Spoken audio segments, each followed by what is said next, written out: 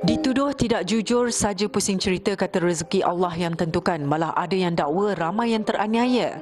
Kedengaran seram bunyinya, tetapi itulah tuduhan yang telah dilemparkan ke atas Niloufar. Selagi hidup ni kita memang tidak akan terlepas daripada cerita sensasi dan kontroversi yang tidak diundang. Seeloknya elakkan tuduh menuduh, nanti jadi fitnah. Baik tanya tuan punya badan.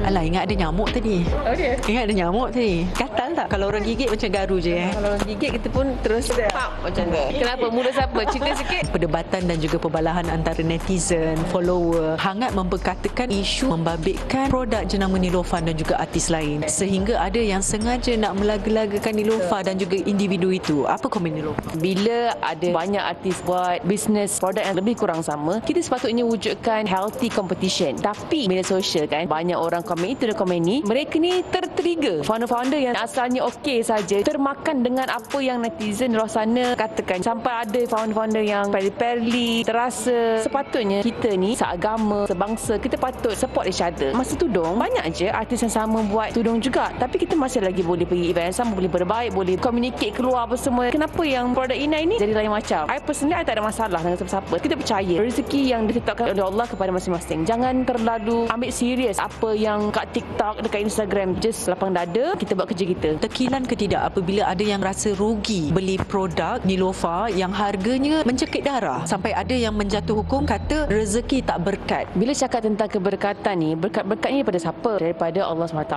Bukan kita yang bagi berkat dekat orang. Janganlah kita senang-senang nak label, judge, oh dia tak ada berkat, dia ada berkat. Hamba Allah kita hanya berusaha, kita hanya buat kerja kita. Kita mengharapkan keberkatan daripada Allah SWT. Jangan buat kerja Tuhan. Bila cakap tentang mencekik darah ni, apa yang mencekik darah? Kalau tengok kat market, dia lebih kurang sama. Perbezaannya hanya mungkin 10 ataupun 11-12 ringgit saja. Kita adalah kit yang pertama. Ada corong, botol, 5 sachet, buffer, kita letak semua dalam satu paket. Yang lain hanya satu botol yang dari bancuh. Berbezalah kat situ. Kalau nak bandingkan yang dah siap bancuh tu boleh pakai 2-3 kali je. Kita boleh pakai satu sachet 5-6 orang. 5 kali boleh pakai. Sebelum kita nak judge mahal cekik darah, kita kena tengok dulu info dan juga benda-benda lain yang offer. Yang kaki bakar lain ni kecam produk Niloufar begitu begini, kata founder yang tak jujur, tapi salahkan orang lain pula derhaka kerana langgar pantang larang.